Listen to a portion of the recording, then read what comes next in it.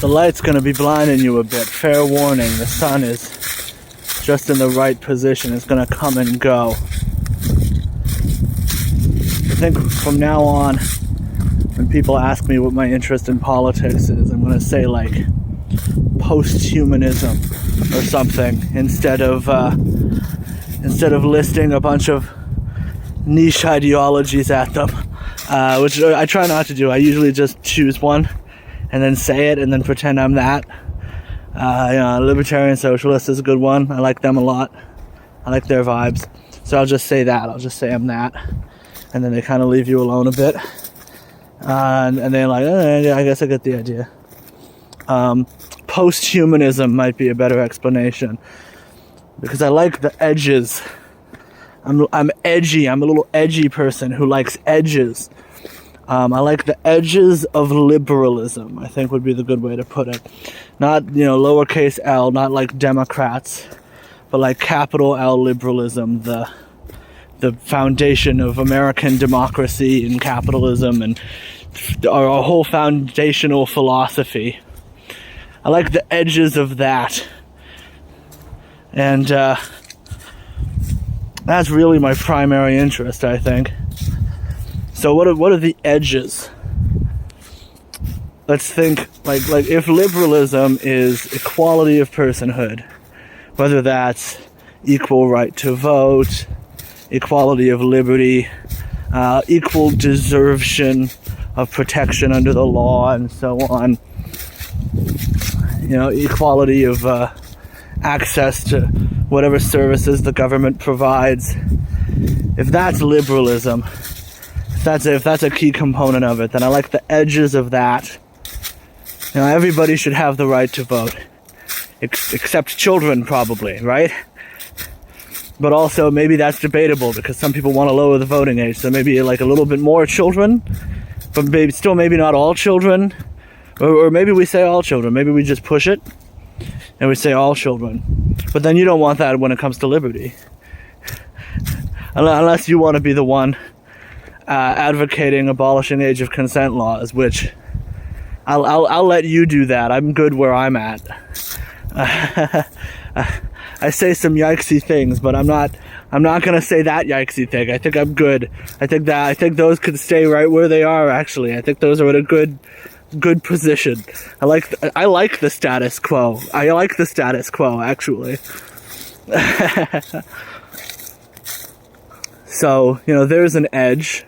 Equality of personhood, but then there's this biological process of aging that takes your mind as you get older.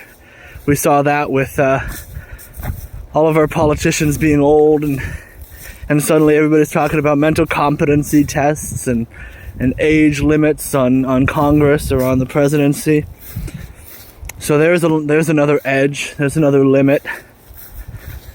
And then there's disability, right? Sometimes in like a saccharine movie or something, the way people will talk about disability will be like, oh, I just wish people treated me exactly the same way that they treated everybody else. But no, you don't. I don't think anybody really wants that. I don't think anybody wants our society to treat people with significant disabilities in the exact same way, because that precludes the ability to help them.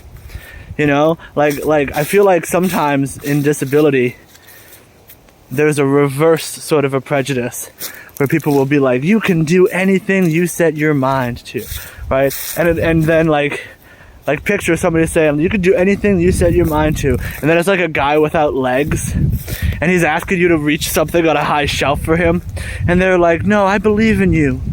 You don't need to have this low self-esteem. You can do anything us able-bodied people can. And he's like, no, I can't. Please just help me out, just this once, please.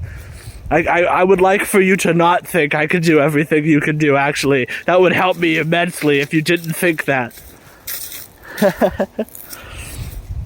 So yeah, disability, that's probably another edge. You want to keep an eye on that. And then there's animal lives, animal rights, any kind of animal rights activism or veganism, anything relating to that. That's an edge to the foundations of liberalism. It's an edge to the rule of thumb principles that we try to live by as a society, because it questions the idea of humanism, right? That's one of the things we did, was we got rid of God, we got rid of religion, and we replaced it with the secular human ethic. That's just like human beings are inherently valuable, human life is inherently valuable, it needs to be protected, and don't ask too many questions about why, it just is.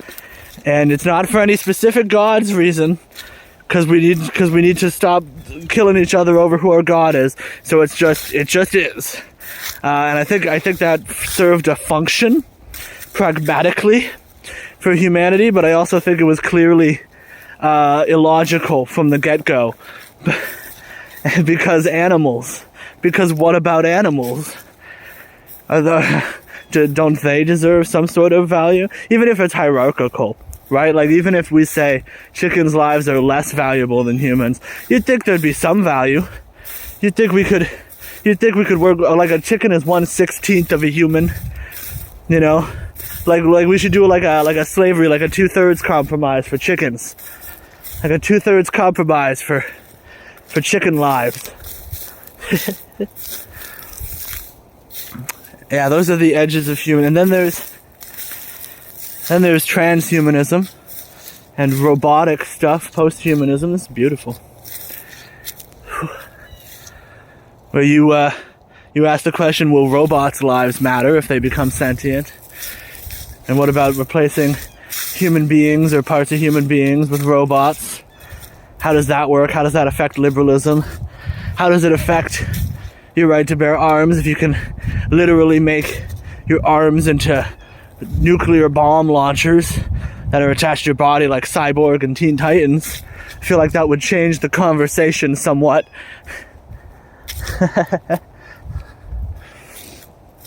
Those are the edges, and they're coming at us. They're coming at us really fast right now. Those edges. Because when people argue, they still argue from those liberal principles. It doesn't make any sense. You know, and all of the debates about, like, trans people have little sprinkles of transhumanism in there. Little sprinkles of posthumanism and critiques of liberal equality. And then there's all the fascist critiques. I'm honestly just as interested in those as I am in the left-wing critiques. There's this one guy, Alain de Benoit. Very, very, very far-right guy. Very far-right thinker. And he wrote a book called, like, The Ideology of Difference. And his argument was that in the name of this liberal norm of equality, we decided to neglect inherent differences.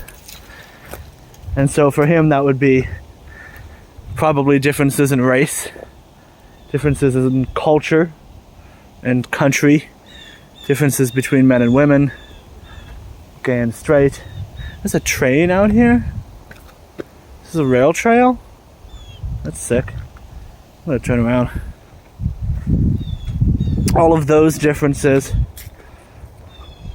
if we operate under his assumption that they're real and they exist, which is, I guess, pretty debatable, those differences interest me too. How do you balance this attempt to flatten political structures in the name of greater equality with the acknowledgement of the reality of difference? And that, again, is popping up in conversations about trans people right now. It's actually very topical. And I'm trying to form sort of first principles on a lot of these issues, because I find people don't have a lot of principles, and it leads to some weird conversations. Why do, when we talk about young people consenting to, like, medical transition, what are our principles about young people and medical consent that we start the conversation with? I don't know, because that's never articulated, and somehow that never comes up. Like, you can watch for hours, for days, hundreds of different people. You can watch well-known, PBS documentaries and debate streamers and scientists and researchers and all these different people go on interviews, and you can hear them all talk about trans people and medical transition and stuff like that, and seemingly never once will it come up whether or not it's a departure from or in line with existing ethics of medical consent.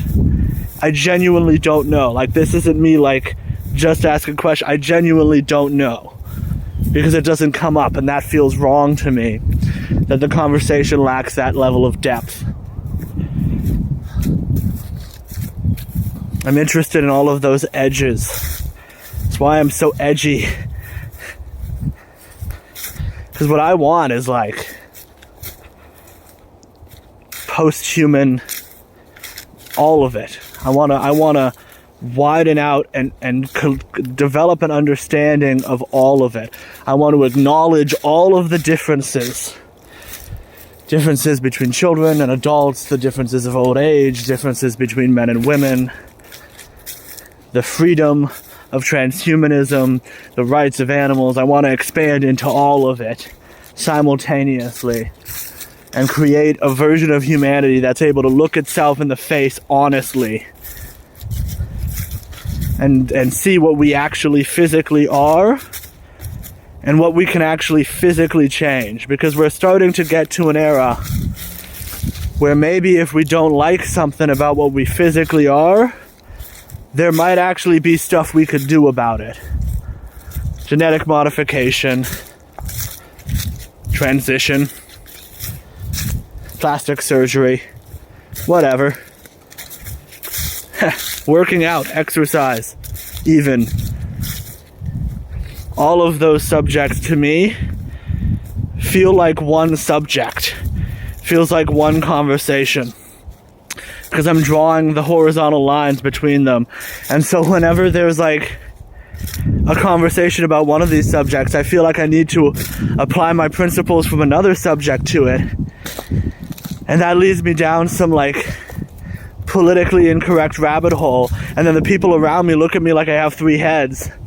They're scared of the opinions that are coming out. I'll mention the Elaine de Benoit shit. And I'm like, oh shit, yeah, maybe don't lead with the guy who believed in race differences.